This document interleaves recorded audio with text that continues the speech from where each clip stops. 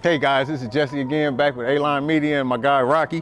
And as promised, we're gonna come back and we're gonna see how Rocky progressed from the last session. This is session 2. All right, some of the things we're gonna deal with today, we're gonna deal with leave it, we're gonna deal with sit, we're gonna deal with the watch, and we're gonna try to incorporate all the duration and the distractions in there as much as we can at this particular time. Rocky, watch, yes. Okay, now in the beginning, like when you first call the dog's name, right? Rocky, yes. You pay him instantly. And the same thing when it goes to watch. Rocky, watch, Rocky, watch. Yes. Now in the beginning, you want to give it to him fast. But then as you start working on the duration, you want to pause maybe 3 seconds, 5 seconds, 7 seconds.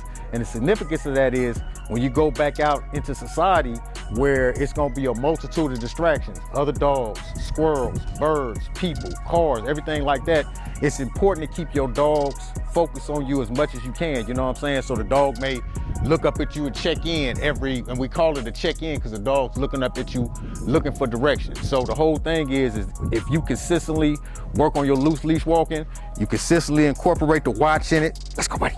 Let's go, buddy. Watch. Let's go, buddy. Let's go, buddy. Let's go. Watch. Come here, buddy. Ah, leave it. Come here, buddy. Watch. Yes.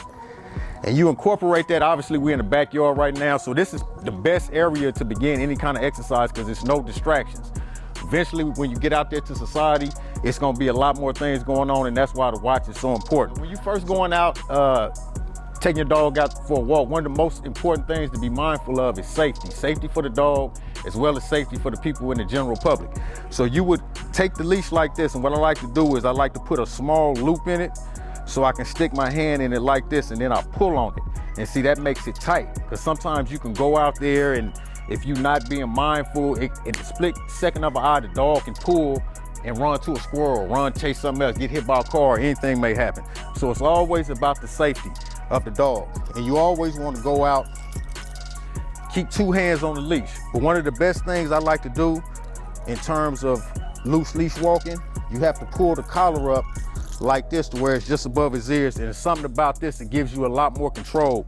And you can, when you start walking, now again, we're gonna be in the backyard. I'm gonna incorporate a whole lot of redirection. The redirects is he going that way, so I'm gonna redirect him towards me. Rocky, let's go, buddy.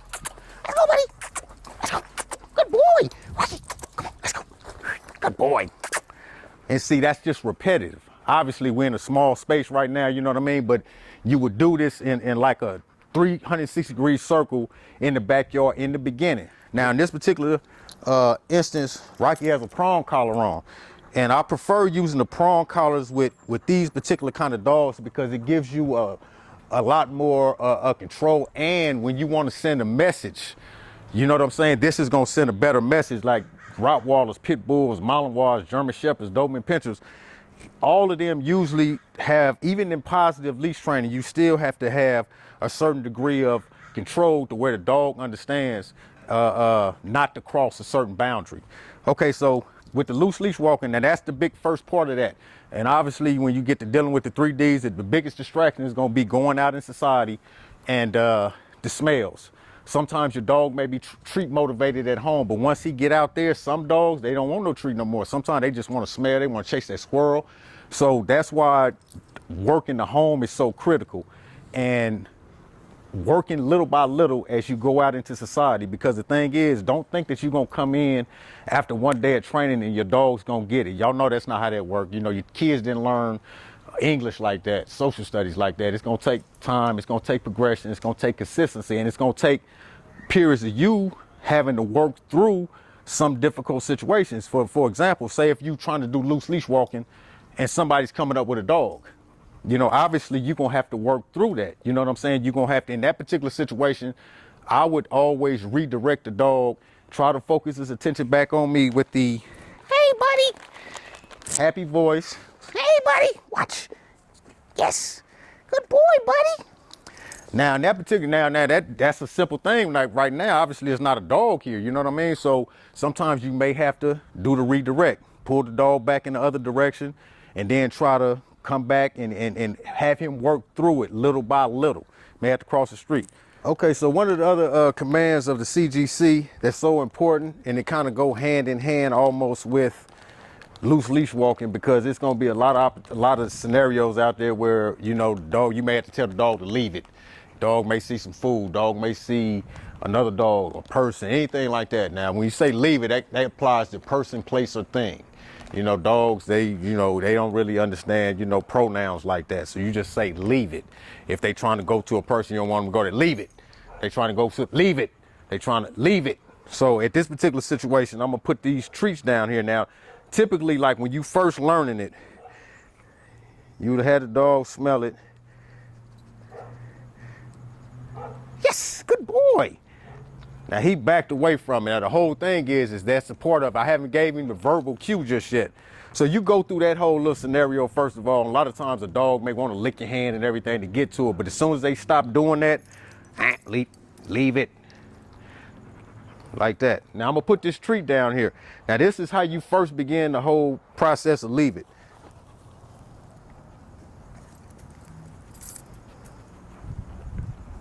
You don't say anything, you just give him, just let him wait it out. Yes, good boy. Good boy. Good boy, buddy.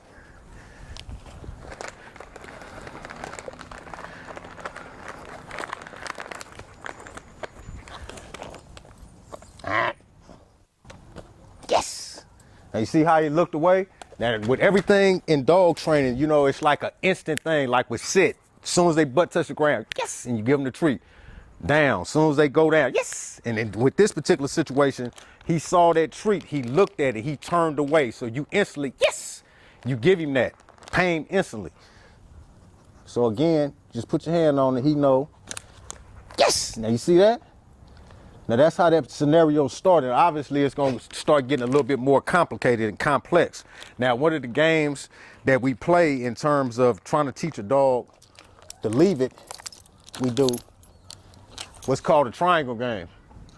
Now, the first thing you do is, come here, buddy. Come here, buddy. I'll take a treat, right? And I'll put the treat right here. Rocky.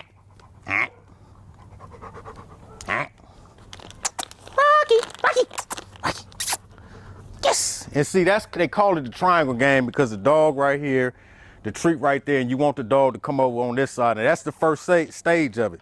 So the second stage is gonna be, now remember when I was talking about as far as those target exercises, I'm gonna use the treat. Uh-oh, buddy. Rocky, let's go, buddy. Let's go. Sit. Good boy, Rocky. Now I'm gonna put the treat right here in the front. Rocky, come. Yes. Now Rocky left it alone, so bam, now I give Rocky the treat.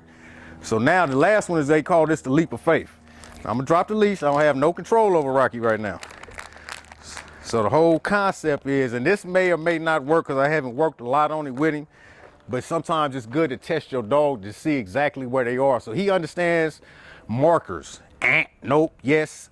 He understands commands in terms of the leave it part in terms of the hand. So we're gonna see. He understands we've been working on, so we're gonna see how he plays it out. So I'm gonna put the treats right here. Rocky, stay.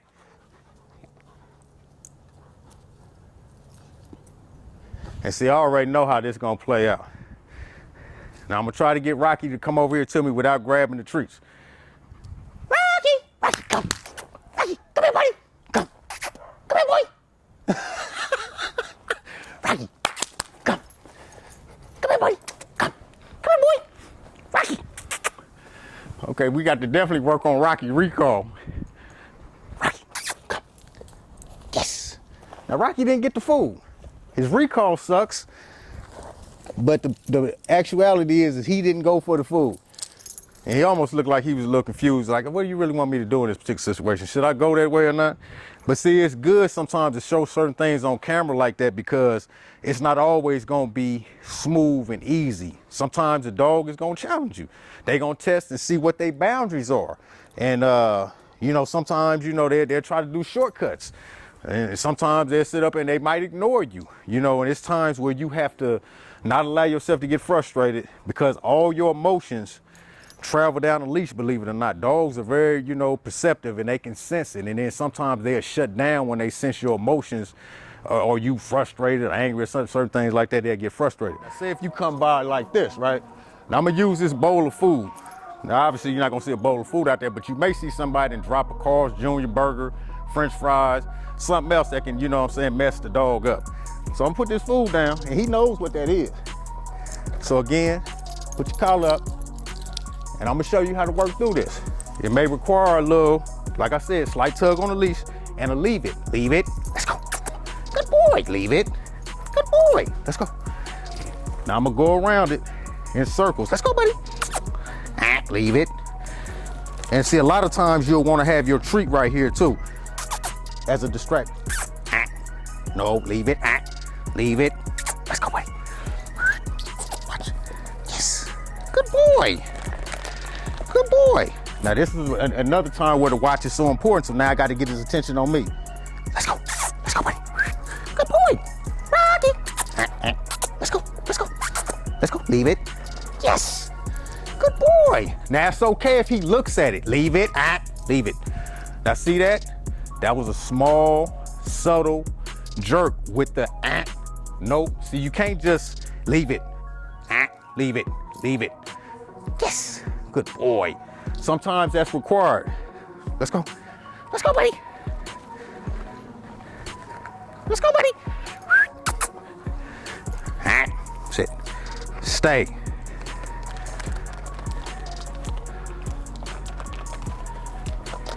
Yes. Now you see that? And Rocky now keep in mind as far as where Rocky was last week. So Rocky is a real intelligent dog, so that's a whole lot of progress for him. So what we're gonna do is we're gonna go ahead and reward him a little bit. Hand feed him something. Let him know how good he done. Good boy, buddy. Good boy. Ooh, good boy. Oh, he's a good boy. Now see, he still understands that concept of leave it. He still leave it. Good boy. Ooh, he's a good boy. Good boy, buddy. Okay, so when you're going out, when you're doing your loose leash walking, you want to do it in segments. Don't go out there expecting like you just gonna go first day of dog training on loose leash walking and he's just gonna be perfect. He or she gonna be perfect. What you want to do is you try to break it up in segments, right? And the way that you do that, you balance it out with what we call a free dog, or you can call it release or whatever. But it's like, this is structured walking. Let's go, buddy. Heel. Let's go, buddy. Woo! Let's go, buddy. Rocky. Rocky. Watch. Good boy, buddy. Yes, good boy. Good boy. So in that particular situation, that's a structured walk band right here. So you would want to give Rocky an opportunity to go out there and be a dog. So what you would do a free dog and you would let Rocky get in the grass, sniff, maybe lightweight pull a little bit, and then pull him back out to the asphalt. So what I like to do is everything on the concrete, if I'm walking up and down the street, all of that is structured walking. And then when I give him a free dog, I may walk past a little grass area. Then I tell him free dog, and then bam, I'll let him go out there into the grass. And eventually, come here, buddy. Rocky, heel. And eventually, Rocky's going to get it. He's gonna understand, okay, bam, this means stay close. Free dog means I can go out there, and be a dog, basically. So last week, some of the things, the last session, some of the things I talked about was the target exercises. So the target exercises is what helped me get Rocky into a better heel. Like, Rocky, touch. Yes, good boy. Ooh. Ooh.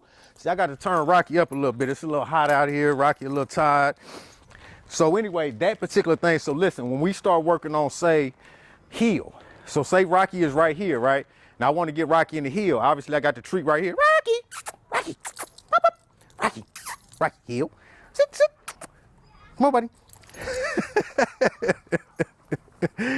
Oh, Rocky is spent, bro. Sit. Come on, buddy. Right now, one of the things we were talking about last week is not overexerting the dog. It's about 3:30 right now. Rocky been training here and had at least 3 sessions going on through the day. So at this particular point, son down here beaming, you know what I'm saying? Rocky, obviously he is a little bit tired, but the target exercises, again, was critical in helping me, get Rocky into his heel, helping Rocky do the watch, you know what I'm saying? All of those different little things like that, it helped me even with his sit. Now he's a little hesitant on going all the way down because sitting in dog terms is almost like a form of submission. So let me see if he sits down for Rocky. I mean, goes down. Rocky, sit. Yes, Rocky, down. Sit, sit. Yes, good boy, buddy. Rocky, stay. Now I'm gonna go out the frame. Remember, bowl of food right there, distraction, pull away, distance, distract, all that. So I'm gonna pull away and I'm gonna see how Rocky responds.